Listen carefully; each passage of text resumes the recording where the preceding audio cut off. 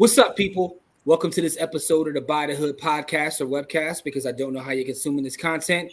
I'm your host as always. My name is Jimmy, and as we start off every show, that's with gratitude. Just want to say thank you to anyone and everyone who supports anything that we have going on.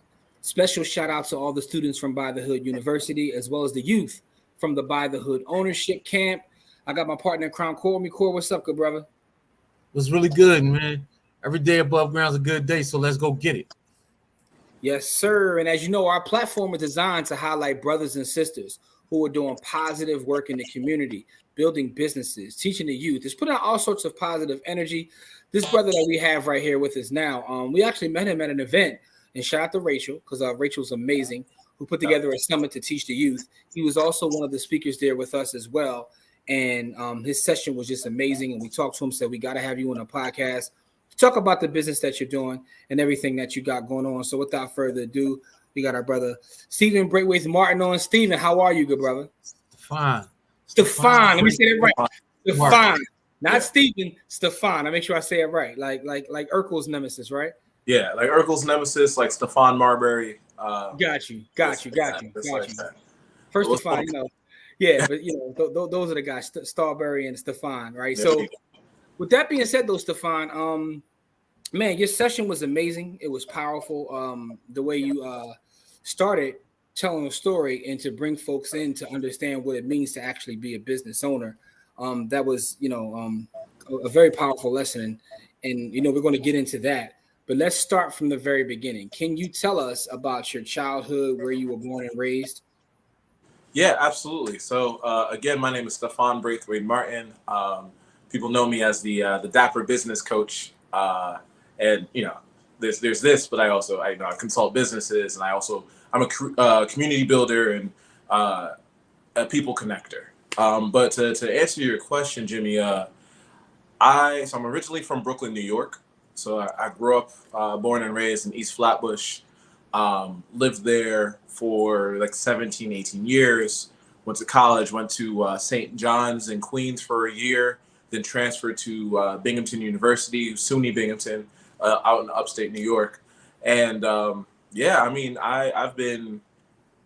always been somebody who's been passionate about building community and telling stories, both telling stories of the things I've experienced growing up and how I've understood the world, but also, and more importantly, helping people tell their story. Right, folks who have a wealth of knowledge to share, who have really impactful ideas. I've always been the type of person to try to weave that into a compelling narrative to help them sort of elevate themselves or to share their knowledge with the world. And I've fell in love with storytelling as a kid, fell in love with reading really, really early on. I had a pre-K teacher who I think once I got to first or second grade, her daughter was graduating from high school. And she had all these books. She put them in a milk crate, gave them to me and my mother, and said, "Here you go."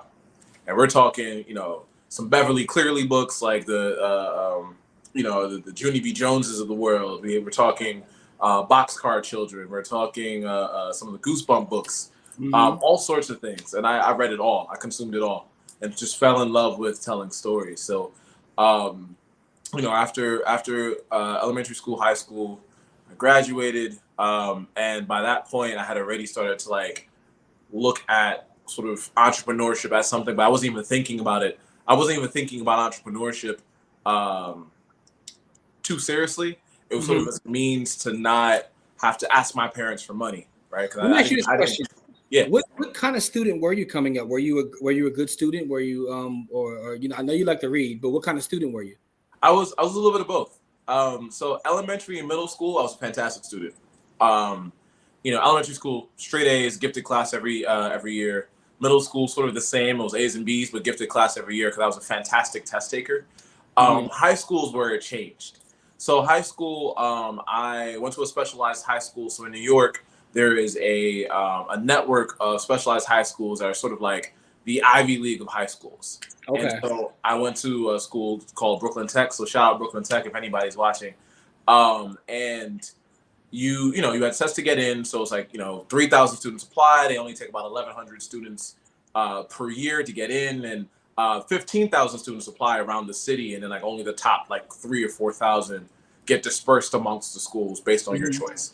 So I get into this school, and I'm like, it's a bunch of really brilliant kids, and it's like 65 to 70% Asian, and the rest was another like 18% white, and the rest was just mixed between Black, Hispanic, and Pacific Islander and stuff like that. And it was interesting because we didn't really have like that support system until I got later on.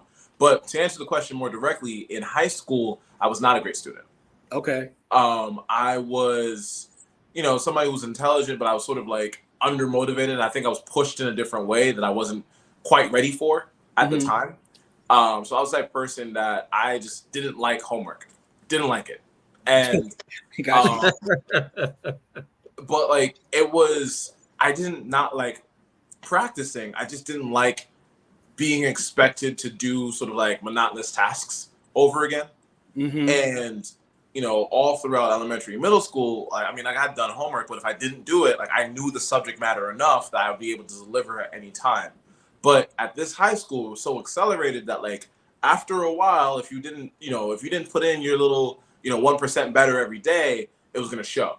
Gotcha. Right? But I was somebody who, when it was time to deliver and you put me at the free throw line, 2 seconds left, I was sinking those free throws, right? I was the person that when we had state exams or big projects or essays, I was delivering because I was somebody who, again, loved to tell stories, and I understood information in stories. So I never had to memorize anything. I was always able to, think of the story around the thing and be like, okay, great, I can write an essay about it. I can do a project on it and stuff like that. So I wasn't great at homework. I was a fantastic test taker, fantastic presenter. And some teachers loved me, some teachers hated me. It was sort of a give or take, but I loved learning for sure. So my question is, like, so you talked a couple of times about your love of storytelling, right? And you talked about your love of reading. Where would you say that did it develop strictly from your love of reading, or was it something else that was ingrained in you younger, where in your family, do they tell stories a lot? So where did that love of storytelling come from? So I think it's a combination of things, man. Part of it was, my family did tell stories growing up. So my parents are Guyanese, which is not Ghanaian, Guyanese. So for those of you watching, that's the South American country right next to Venezuela. But we are, considered Caribbean. The CARICOM, which is like the Caribbean sort of United Nations, is housed there. But in Caribbean culture, storytelling is a big key part of how we sort of pass down our family legacy, but also experiences and just ways that we teach proverbs, right? Like storytelling is one of the best ways to teach. So I think that was a big part of what sort of drove that. But then I think it was just once I started reading, I just really just gravitated towards like understanding a narrative ever since I was like a really, really young kid. So I was the kid that when I was reading a storytime book, I was like actively sort of interacting, or I'd read something and be like, oh, I wonder what's going to happen next. Or I would start like making inferences on what was going to happen next in the story when I was like 4 and 5 years old. So I don't know. I just sort of like gravitated towards that, and just the way I understood the world. Got you. So now when it comes to business, right? So the marriage of storytelling and business was entrepreneurship or business something that was, in your family, or where did that come along? So you finished high school and went to St. John's. Did you major in business right away, or how that all work out? I actually never majored in business. Okay, what did you major? Yeah, so I was a political science major through and through. I was political science, and I was looking to merge politics and the law. I did all sorts of like free law fellowships. I was at law schools. I did all the things, but business was always something in the back of my mind. I wanted to major in business, but I was like, I don't think I'm the business guy. I wanted to be in politics. I wanted to do all these things, and business sort of creeped up on me. And I wasn't sort of intentionally doing it, but I think I always had the desire to sort of create something of my own. And deliver something, because I felt like I could do that in ways that were unique. And maybe I wasn't going to make a living off of it, but I did love creative projects. To my knowledge, nobody in my immediate family was an entrepreneur, right? A lot of Caribbean a lot of, when you're a first gen student or kid, you're taught to do the things that are stable. You're taught to get a job, preferably in the government, or become a doctor or an attorney or something like that, because the money is going to be good. You can set down roots, and you can just sort of fly in under the radar so that you can establish yourself for the generations after you to be able to flourish. So that was sort of like the standard set. I think my parents weren't as stringent on that. They sort of trusted sort of my vision and had an idea that, like, whatever Stephon does, he's gonna be fine. He's gonna figure it out. So I really do like appreciate sort of that sort of energy, because even when they didn't understand it, or even when they couldn't necessarily like support because they didn't know how, they were never like, they would never actively say, well, you're disappointing us because you didn't do that. Gotcha. They would say, why aren't you pursuing law, or why aren't you? My mom, all the like women in my family have been in education at some point. So like, well, why aren't you teaching? Like, you could teach. And I did teach for a little bit. So, well, why can't you just be a teacher? You'll make good money. You'll be fine. Everything will be good.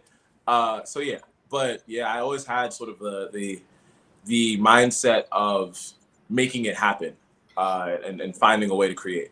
Got you. So when you transferred colleges, did you continue? So through and through, you said you studied political science. Now, through your studies of political science, how has that helped you with the current businesses that you have now? So I'm glad you asked that question, because I get that a lot, and a lot of people they think very linearly when it comes to going to college, right? So people say, all right, I go to college, I get a degree, and if I don't do exactly what my piece of paper says, I've wasted my college degree.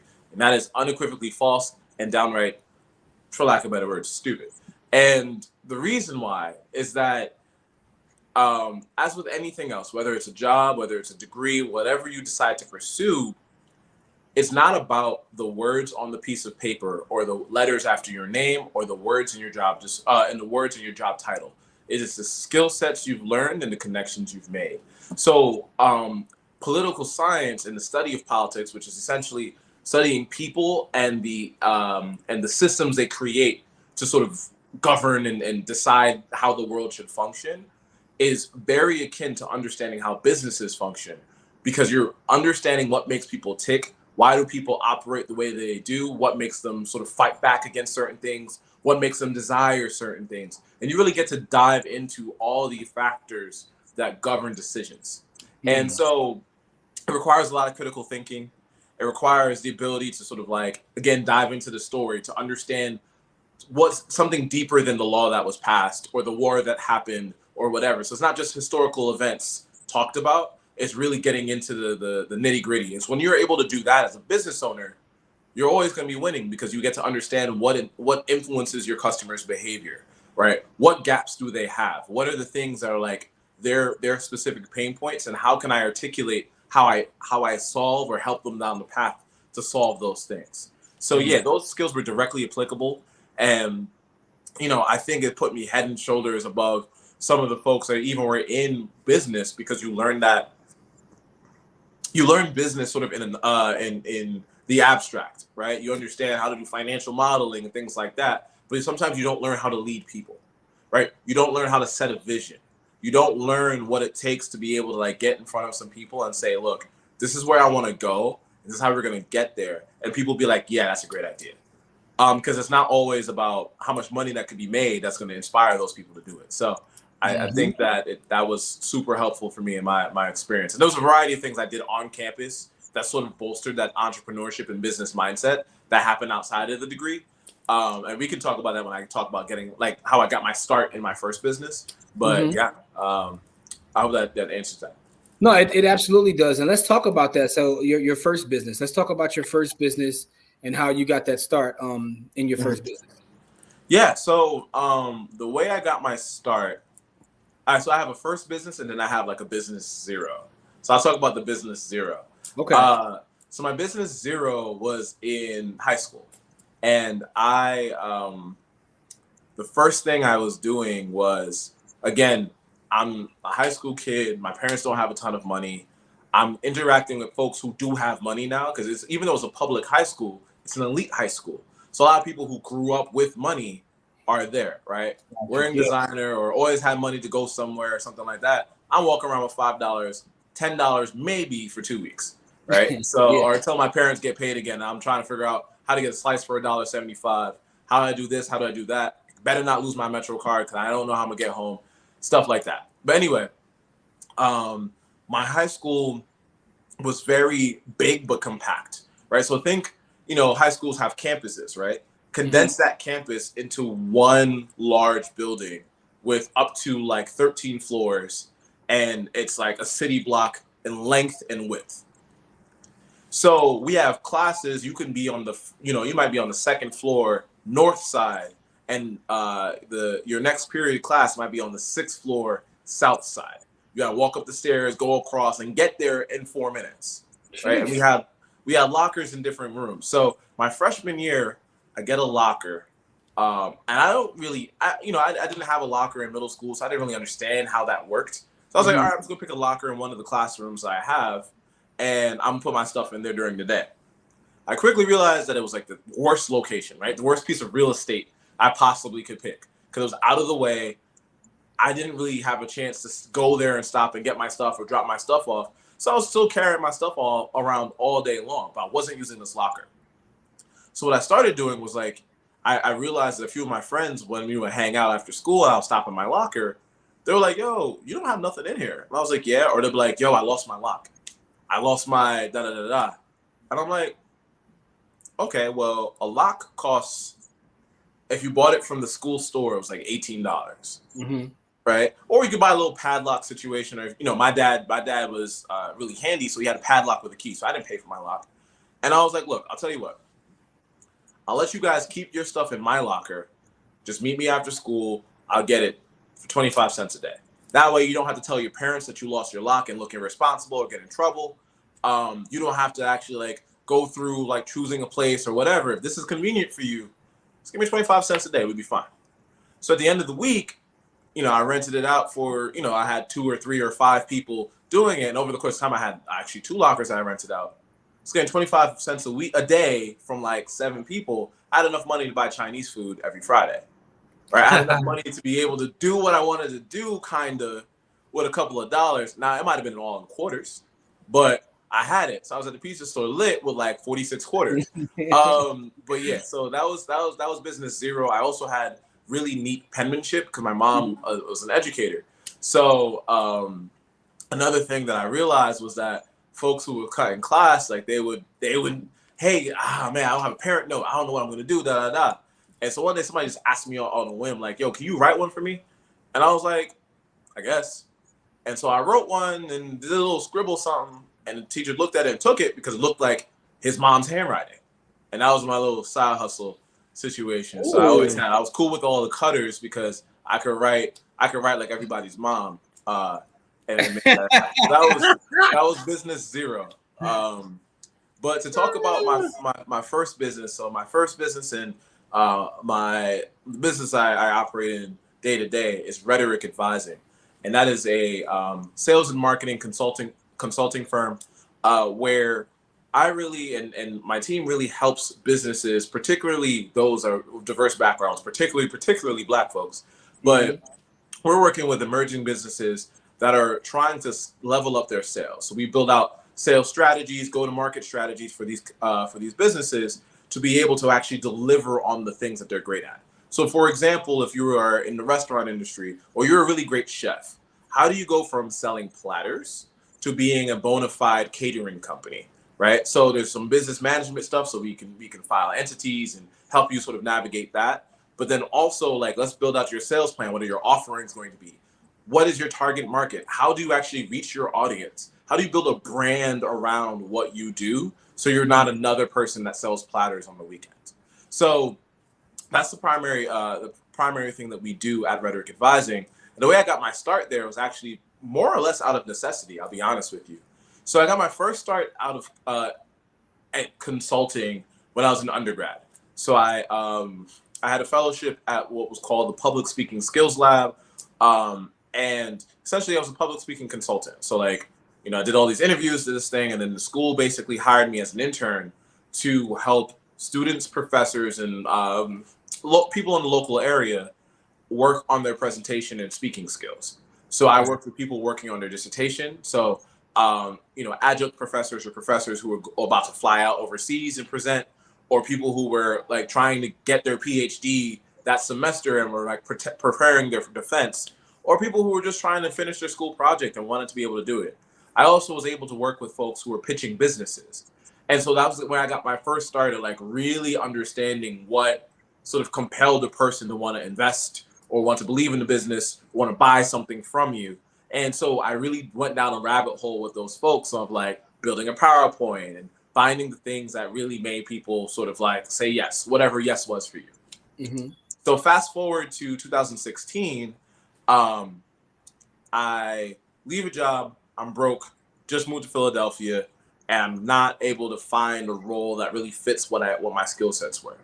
So naturally, I started hustling, and I'm like, all right, well, I got this poli-sci degree. I understand politics and history really well. I can write really well. I'm going to start tutoring. So I started taking these odds and ends tutoring jobs. And, one day I'm in Ardmore, the next day I'm in wherever, I'm in Juniata, and I'm just with everybody, right? Wherever I'm at, I'm just like trying to teach and coach. Mm-hmm. One day I work with a guy who's working on his MBA, mid-level manager at a company, making good money, house, kids, all that. And he's like, look, I've got this capstone project that I need to deliver in order for me to get my MBA, but I'm struggling with this presentation. I get it, and I'm like, whoo, okay, yeah, you're struggling. Let's work and make this happen, right? So I take on the slide deck, and I sort of like develop an entire strategy around how he would pitch this thing. And it was like, I'm pretty sure if I remember, it was like a project where he was unveiling like a Urban Outfitters flagship in like England or something like that. And like why that would, how they should approach it and why it would be important. So over the course of a week, we built it out. He gets an A on the project. He's really excited because he's like, look, I was way too busy to deliver this. I ain't gonna lie to you. Thank you for helping me sort of like understand it and make it happen, right? So he's like, look, man, you're sharp. I got to introduce you to some folks. I say, bet. Okay, cool. So he invites me to this networking event in Radnor, PA. And again, I'm broke. I got like maybe 2 suits. One of them got a hole in it. So I really got 1 suit. And he was like, yo, come out and meet these folks, right? I am at that time I might have been 22. Okay. So at that moment, I'm like, shoot, okay, this guy's inviting me to this event. I can't just go as myself. Like I got to go with something. So I didn't have Wi-Fi in my house yet, right? Because I just moved into my my brother's, like my brother had a rental and I like moved in and I didn't set up the Wi-Fi yet because I didn't have no money like that. Mm-hmm. So I'm at Starbucks at like 5 a.m.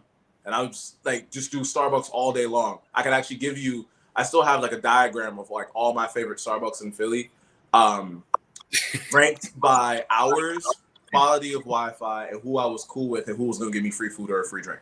So yeah, shout out to the University City Starbucks right across the street from Penn because they really held it down. They used to be open till like 12 and they held it down. Yeah, got you. But yeah, so at this point, I'm in Upper Darby and I'm at the Starbucks, and I'm like, all right, well, I gotta make a business card.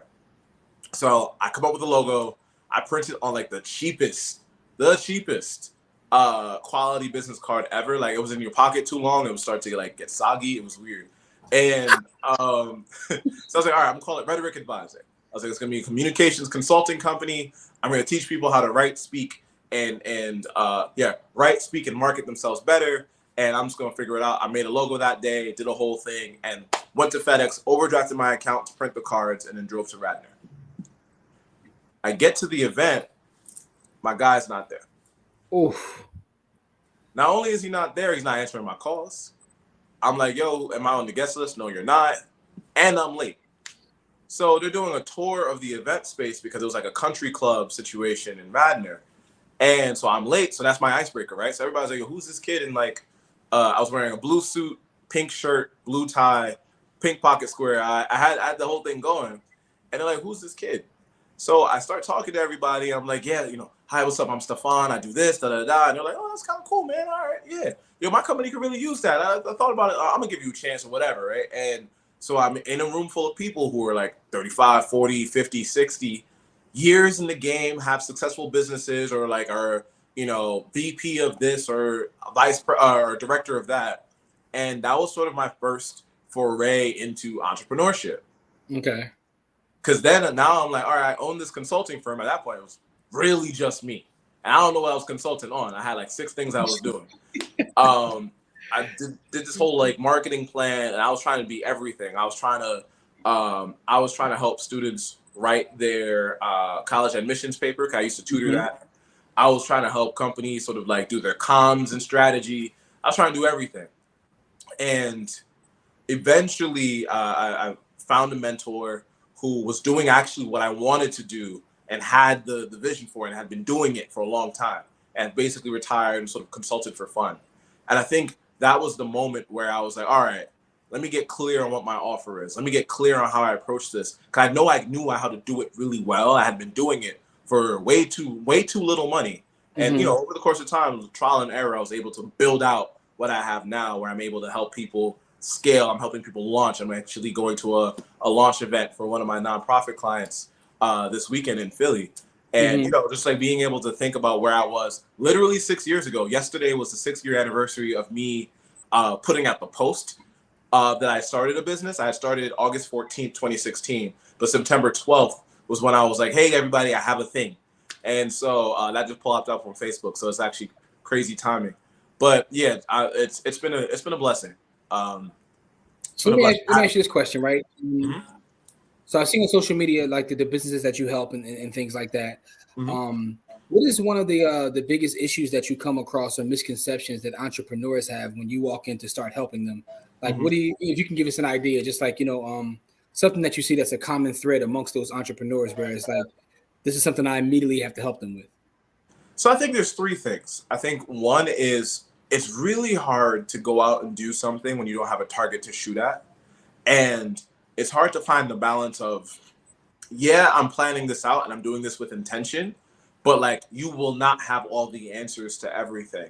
And sort of fixating on like all the small details actually stops you from growing. So that's one of the number one things, is that like when I come in to help somebody with something, then it becomes, oh, well, I need help with this and I don't know what this. And they sort of have like, you know, it's hard to really give themselves to anything because they're spreading themselves so thin, trying to solve every single problem, trying to reach every single customer, trying to be everything to everybody. And if you're trying to be everything to everybody, you're going to be nobody to a lot of people. So that's, I think, one of the number one problems. I think the second thing is sort of just access to resources and sort of like the ability to sort of digest all that information at once, because there's a lot of resources out there. But the thing about there being a lot of resources is that the quality goes down, right? There's so much information on social media. There's so many books that you can read. There's so many things you can find just by Googling, that it becomes difficult to parse through it and say, this is what I'm going to use. This is what I'm not. So a big deal, a big sort of obstacle for a lot of entrepreneurs is that they're using a piece of everybody's strategy and never actually seeing anything fully through, because they start for a little bit and it doesn't work, so they take on somebody else's thing. They do that for a little bit and then they don't get the success and they take on somebody else's thing. So more so than funding, more so than any of the other things, it's like people trying to do a little bit of like either setting the target super broad or trying to be successful right away and taking every single person's advice, or the opposite, taking nobody's advice without knowing what they're doing. Because money's not going to fix that. Yeah. And that's sort of the biggest hurdle for those business owners. Got you. Good stuff right there, man. Good stuff. Let me ask you this question. Core, I know you had a couple questions, but before I get to you, Core, along this journey from where you started, you know, way back when in Brooklyn to where you are today, what would you say is your biggest hurdle that you had to overcome to get you to where you are today in terms of running your business? So I think the biggest hurdle when I started was youth. And I'll explain it like this. So once upon a time, I get invited to a networking event. Well, no, actually, I did not get invited to a networking event because I didn't know anybody. I found this on Eventbrite. And I show up to the networking event, I pitched my business, and the organizers of the event pull me into their office and say, "Look, we need to talk to you." So I'm like, "Oh shoot, I'm doing this right." They sit down and like, "Look, we got this XYZ company. We really think that you would be able to help us, and we want to talk a little bit about how we could do so." So part of it was youth, some part of it was a teensy bit of immaturity, but it sort of came up over and over again as I worked with business owners. Was we chat for a while, and then somebody asked, "Oh, do you have kids?" And I was like, "Oh no, nah." And I said it like, "Yeah, nah, not right now. Like I ain't trying to do that. That's not for me." And so they say, "Okay, well, how old are you?" And I was like, "Well, I'm 22." And they're like, "Wow, okay, 22. Wow, and they're like mouthing, "Oh, he's a kid. Like, what are you gonna teach me about business if I've been alive longer than you?" And so that was one of the things that was one of the obstacles when I came up. Was I've always been this sort of person I am. I've always been the youngest person doing whatever, right? I'm usually the youngest. Say that again. How did you combat that? So I think the first thing I did was I stopped being insecure about it, because like I used to like dread going into strategy meetings or pitch meetings, because I was like, "Oh man, this age thing's gonna come out." I was like, "All right, well, should I cut my hair different? Should I do something different with my beard? Like, what should I do to deliver this?" Because it wasn't like the way I dressed, because I dressed like this all the time, right? And so what eventually I started doing was focusing on the value that I was able to drive for these businesses. And that was a constant, independent of how old I was or how many years I spent doing the exact same thing you did, because here you are sitting in front of me. And that's not arrogance. That's not being cocky. It's just the reality of the situation, right? We've had a number of conversations, and the things that I've talked about and the way that I approach building businesses and how seriously I'm committed to this usurps how old I am, how, or whatever else is out there. And if that was the only driver of whether or not I was good at my job, we would not be sitting here. So when I put it like that, of like, do you want to feel good about who is consulting, or do you want actionable results? That's when people started to be like, "Nah, you got it. What's your price?" You focused on adding value. Exactly. And so I've recently, around the concept of value, I've recently sort of developed a different philosophy about it. So a lot of us, we talk a lot about like adding value, creating value, things like that.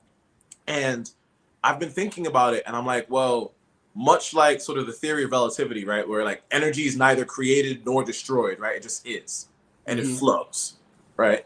Value is not created nor destroyed. It's just portioned differently, right? So there's a lot of people who stockpile the value, right? The resources, the education, the knowledge, that all exists. And a lot of people hoard it, or it's just arranged the wrong way.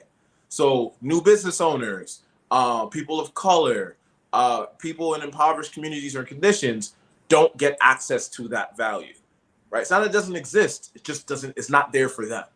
So I've sort of charged myself with being a conduit, right? Where value flows through me. So I don't think I create anything. I find innovative ways to deliver it and get it to the people that need it. But yeah, I sort of think of value a little bit differently, I think, over the course of my experience. I gotta write that down. Value flows through me. That's like an affirmation right there. Yeah, I mean, yeah, no, man. I say that, and I truly believe that, right? It's not everything that I do is to ensure that somebody else is getting something, right? I don't do these things to enrich myself. Riches will come, and I will enjoy those. But in that, it's like I will do that by helping somebody else do as much as they can. And that's sort of my mantra, is helping as many people as I can do as much as they can. And that's sort of how I've always operated since I was a kid. Okay. All right. So Corey, you had a question, good brother? Man, I got a few questions. First question, Stephon, coming up in Brooklyn and then moving, to Philadelphia, what was the impetus from moving your business and your and the things that you were doing from where you came from to where you are now? So, I mean, Philly was always sort of a second home to me. So my older brother went to Temple, and he's like over a decade older than me. So when I was coming up as a kid, I'm talking like, you know, early elementary school, he was already like in college, right? So he was doing the dorm thing, and then he moved off campus. So he stayed on Diamond Street in like the late 90s, early 2000s. And so I was there with my mom, and like we was taking the train to SEPTA, to New Jersey Transit to SEPTA. We were going the long way and getting there and meeting him, right? Then when he graduated, he moved to Ben Salem. And then when he moved from Ben Salem, he moved to, you know, outside in Delaware County. And so I always spent the summers there, you know, with him and sort of just soaking in all the things he was doing in his life, but also soaking in Philly when I could. So Philly was sort of just a logical progression for me because I myself wanted to go to Temple. And it's actually funny. So the way my name appears, right, Braitwaithe-Martin, is the reason why I didn't get into Temple, because when I was in school, I was enrolled at Stephon Martin. So in my mind, when I started doing these college apps, I wrote Stephon Martin, but I didn't realize when you were doing college apps, it was going off of your social. So if your social, the way your name appears with your social doesn't appear the same way that you have there, those are two different applications. And so I ended up having to apply to every school twice. And by the time they were able to correct the issue, they had already done all their rolling admissions. So broke my heart. Quick Temple story. But anyway, Philly was just like the logical progression for me. And I had a lot of love for Philly. And that's sort of what inspired it. I think Philly has a unique hustle to it, right? New York is very much, even though New York is as a whole very white collar, Brooklyn has a hustler's mentality. It always has. And I feel like Philly has that very same mentality, sort of that grit and grind mentality. And Philly has a little bit of underdog in it, and I like it. So that was what made it happen. So much so that I joined another founder, my partner, on a whole sort of, and we could talk about this later, a BIPOC retention and attraction social impact company that's going to be geared to helping people of color live, work, and play in Philly, get paid, do all the things that they need to do to thrive in this Philly ecosystem, and not feel like they need to leave and go to DC where I'm at now, or going to LA or New York and stuff like that. So I always loved Philly. Okay. Nice.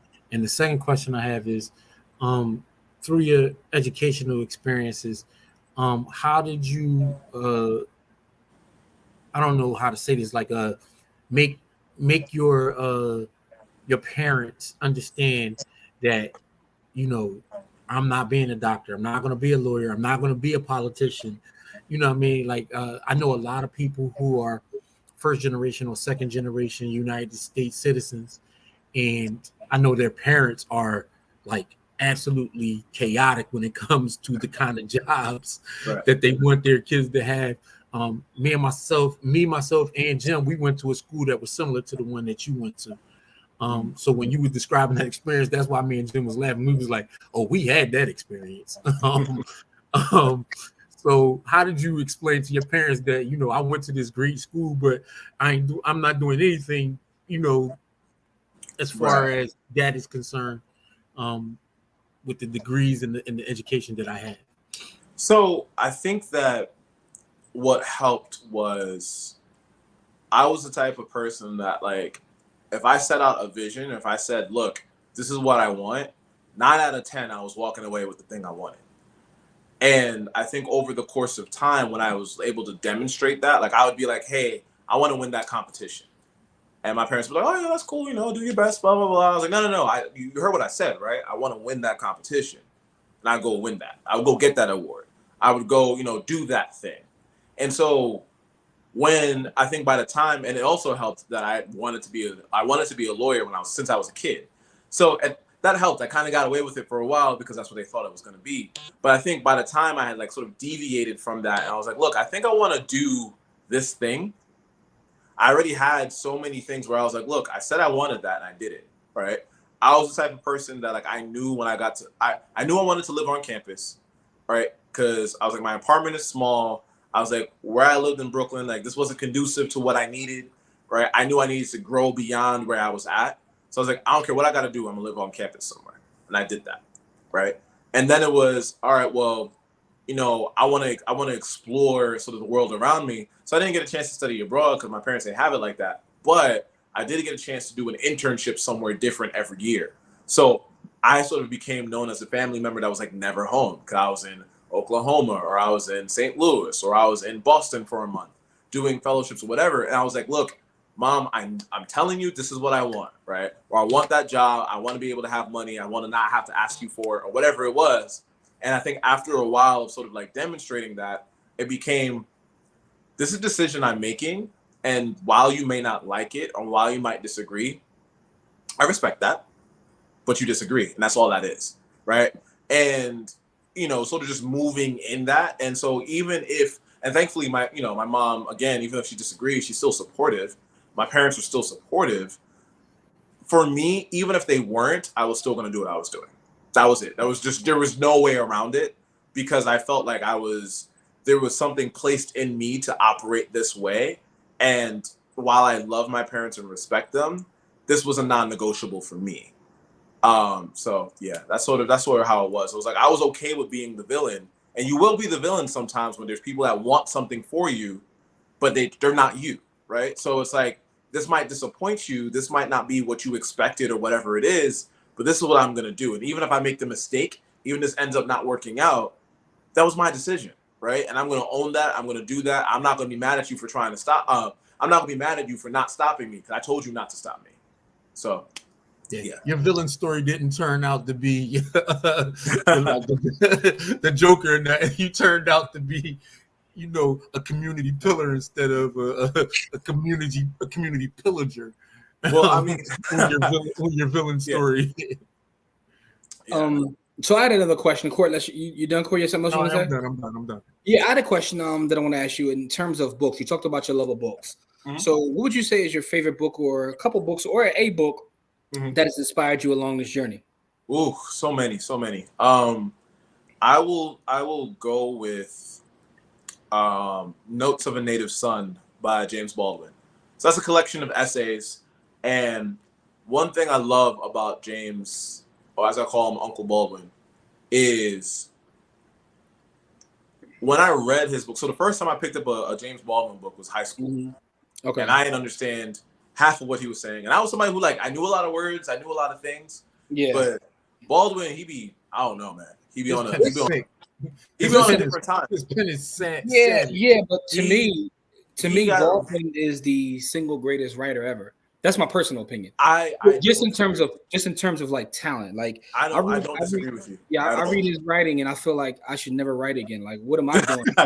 He what am I writing with the pen, bro? Yeah, his pen game is crazy. And so, as somebody who loved literature, loved words, I was like, oh, okay, cool, he nasty with this. But I don't know. I was like, okay, I'm like 13, 14, 15, and I'm reading like Go Tell It on the Mountain. And I'm like, dog, I'm on page 3 and I'm tired.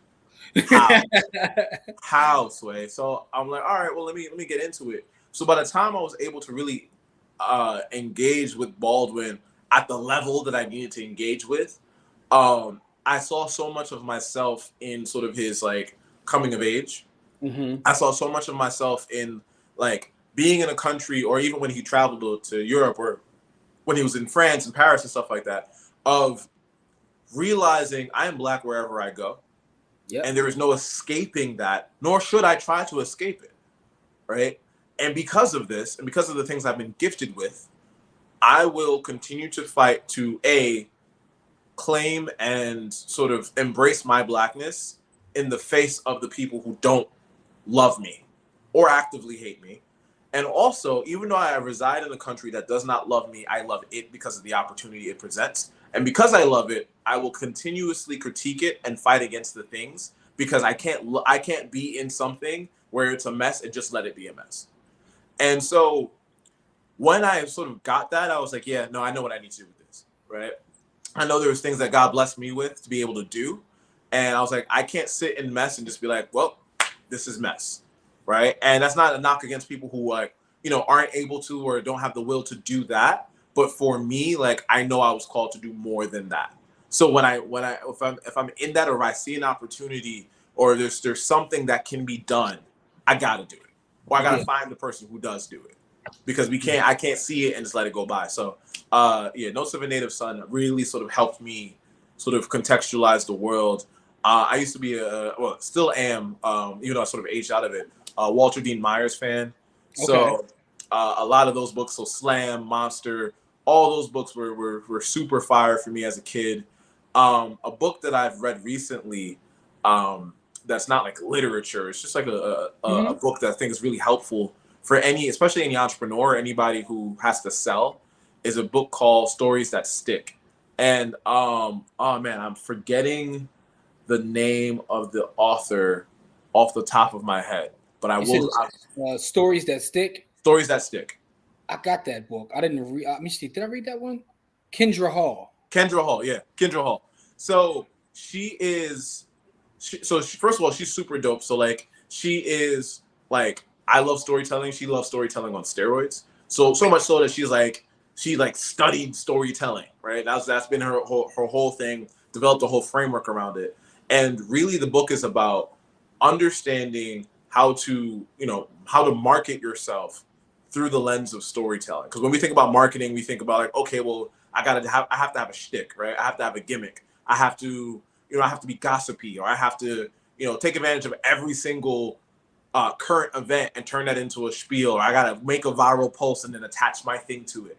And it's not that at all, right? The best storytellers, the best businesses, the ones that succeed the most, even if you're not in business and you're just like a person that wants to win over people, you're a leader of some sort, whether it's in the community, at your job, wherever you're at, right? Mm-hmm. Being able to tell a compelling story, a reason why people should believe in it or you or that, starts with understanding, again, yourself, but also understanding like how people sort of contextualize the world. How do they derive importance and meaning out of things? But she tells it in such a really interesting and like approachable way that you fly through the book, right? It's not one of those books where it's like, it's super technical or anything like that. She's teaching it to the person who's like, look, I'm just trying to do a job. I got whatever. You got like, 20 minutes a day for a week. So you could fly through that book, and it's super, super helpful. And I found myself reading it and being like, damn, yeah, exactly. That's what I've been doing. I didn't even know it was called that. So let me ask you this question, right? This last question I got.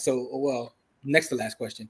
Mm-hmm. As someone who's into marketing and building businesses and storytelling, when you look at the landscape of the big businesses, who do you think gets it right? That's a good question. That is a very, very good question. In terms of like super big businesses? Yeah, I mean, it could be something that that you say, okay, they get it. They're brands that people would recognize. Yeah. So I think, for starters, I think that Google and Apple get it very, very right. Okay. And while I despise Apple, because they make an inferior product, you about to start Corey on a tangent. I'm gonna chill. The storytelling and brand marketing behind it is fantastic. It is fuego, and that is why we buy, right? Yeah. So it's not so much that this phone is fantastic.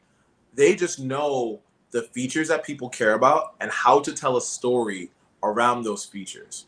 So if I build a camera that's marginally better than the camera I made last year, but I tell a new story about all the things I can do, the moments I can capture, the feelings and emotions that come with it, the ability to look back 5 years from now when you pick up an old phone and be like, oh, wow, I really did do that.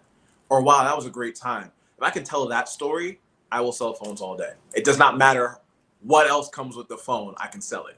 No, right? I agree with you.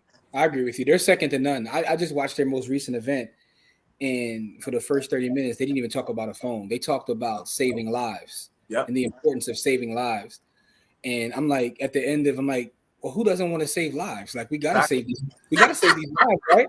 Exactly. We gotta save these lives, man. Like, give me the phone. I gotta save these lives. Right. But no, so you're absolutely right with that. But so from the Google perspective, mm-hmm. what did you say is like, what do they get right? So what Google gets right, and what a lot of companies I think are going to change, and this is something that I'm doing with my social impact company, The Connect, is it's marketing through the lens of the sub businesses that they create, right? So all the Google's initiatives, the research initiatives, all of those things are all entities that Alphabet, Google's parent company, owns, right? Or Google owns those specific companies. So I think of, and Facebook does this well too, of, okay, well, we have a Google Impact Lab, and we have a Google sort of like a psychology lab and all these other things, and they'll hire these people to come do this research. And when they deliver those things and say, look, we care a lot about, you know, this element of human behavior, or we care a lot about like what makes people drive decisions, or even things like Google Trends of like, hey, we want to help you find, we want to help you understand like where this term came from and how often do people search those things, right? All the sub brands that they build under it, subconsciously, you start to think of Google as like, yo, if I want to think about something or if I want to find something, it is Google, right? There's a reason why Google is a verb.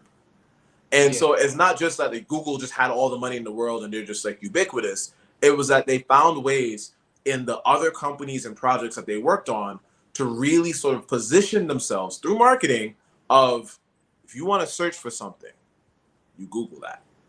Yeah. Right. If you want to learn more, you're gonna Google it. Facebook and Meta builds an entire identity around, if you want to connect or find a new way to meet somebody or interact with somebody on a virtual platform, you're on Facebook, you're on Instagram, you're on Meta. Now, you know, these other competitors are there, but Facebook had that market cornered for a minute. Yeah. Right. So those are the ways that they're able to sort of like take over the world subtly, right? Because it's not called Facebook this, it's called something else, right? It's not called Google this, it's called something else. And they get the research and they get all these things done. But to the consumer, you're just like, damn, that's Google too. And you start interacting with all of those things. So yeah, that's what I'm trying to build with my with this other company here in Philadelphia and beyond. Okay, so let's talk about that. That was my last question I had for you, is what does the future look like for you? You told us your story of how you came up to where you are now. Mm-hmm. What's the future look like for you? Yeah, I mean, it's cliche, but I feel like the future is bright. And the reason why I say that is because there's just so many things that, you know, myself and the people around me are working on that are built towards the future. And again, we're not trying to extract value, we're trying to facilitate value, right? So one of those initiatives is called the Connect.pro or the Connect PHL.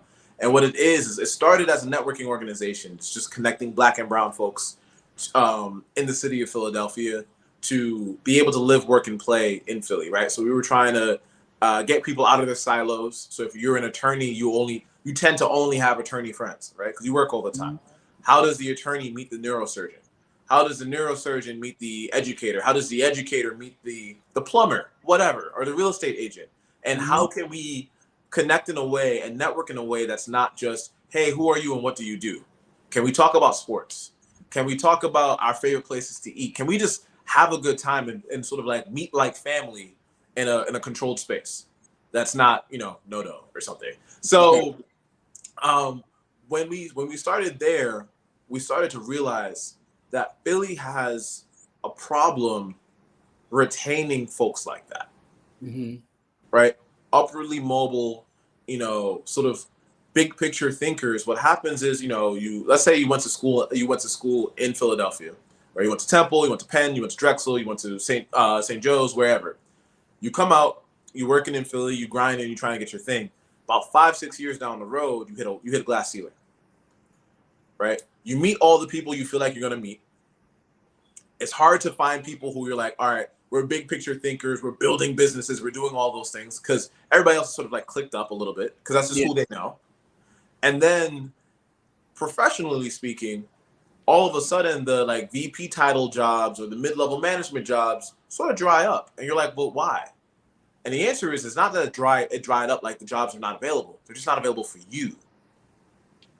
And so they find themselves feeling like, all right, well, I have to get out into a bigger marketplace, right? I got to go to New York.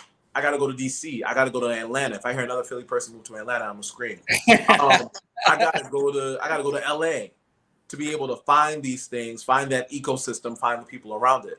And so for myself, I lived in Philly or the Philadelphia area for 5-6 years. And I was like, I really believe in this place. My partner, born and raised in Philly, really believes in this place. how do we make this better? And so what we decided was, all right, well, look, we are going to be part network. So like to the everyday person, we're a network organization that also actively drives and delivers value, right? So every week we have a weekly talk called Put Us On. And Put Us On is just like somebody else who's an expert in their field is putting us on game on like, hey, how do you navigate this as a professional, as a person? So we just had like an accountant on there talking about tax code. We've had people talk about leadership. We had people talking about sort of just entrepreneurship, but from like the mindset space. So just really dope conversations around like the things that matter to us every day. We have networking events where that, again, it feels like you feel like your family. You don't feel like, oh, I'm meeting this person to shake hands and try to connect on some things and try to make some money. That can happen, but that's not the core focus, right? So that familial sort of like, I belong here starts to happen, right?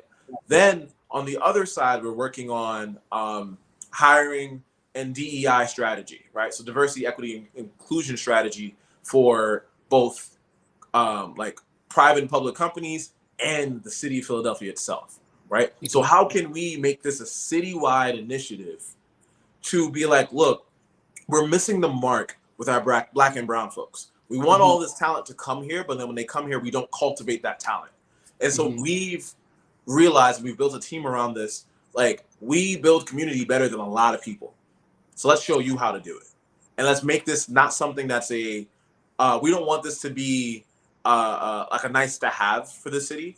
And we're not trying to pitch anybody on like, oh my gosh, it'd be so great if the black people felt like, or the black and brown people felt like they belonged. It's like, no, this is an economic must for any city. So we built an entire framework around like, what makes people stay, and how can we do that and sort of create a more economically viable future for Philadelphia and for these other cities. How do we do this and enrich these companies and help them really deliver on the things that they're saying? They have all this diversity, inclusion money that they're putting out there, but it's not reaching the right people because they're not putting the right people in place. We can do that for you and do the thinking. You can't find black and brown folks. That's crazy. We got a couple of hundred of them right here. Yeah, you often hear that. You often hear that. Like, yeah, I'm looking for them, but I can't find any qualified folks. Right. Okay, cool. That ain't no problem. We can bring it right here. Way to call they bluff. Right. So very professionally pulling their card. And so they you know, on one end, we no longer give these organizations that we entrust with our dollars, whether they're tax dollars or our support, we no longer give them the out of we can't find it because we built it. And then we're also facilitating, again, that flow of value, right? There's a lot of things out there. Let's make this happen. Let's find the ways and democratize the access to the solution. So it's not just, okay, well, I'm going to go to, I don't know, Comcast and say, all right, well, we want to deliver on this, this, and that. Or, you know, you have some diversity initiative. Okay, give us much money. We're going to make it happen. It's like, all right, well, we're going to find people that are part of the solution, whether it's a PR team or whether it's a project manager or whatever the case may be, who are also from diverse backgrounds, because they can actually create a solution that's culturally relevant, right? Because nothing's worse than people who are not proximate to the problem, right? They're far away from the problem, they don't understand it, trying to come up with a solution. So that is what we're aiming to do, and we do it because we genuinely believe in the future of Philadelphia. We believe in the power of black and brown folks, and we know that any sort of future for Philadelphia has to include everyone at the table. So that's what we're taking the charge to do. Man, that sounds exciting, and also I'm happy to hear that. Sounds like a daunting task, though. Like, but no, I like that challenge that you presented. Like, we're going to do this. Yeah, somebody has to do the work, man. So, you know, much success to you, good brother, because you know, that's a daunting task, like Corey said, but somebody has to work on it. So, you know, with that being said, listen, Stephon, I have to say, brother, thank you so much for sharing your story. We definitely appreciate your time because we know how valuable time is.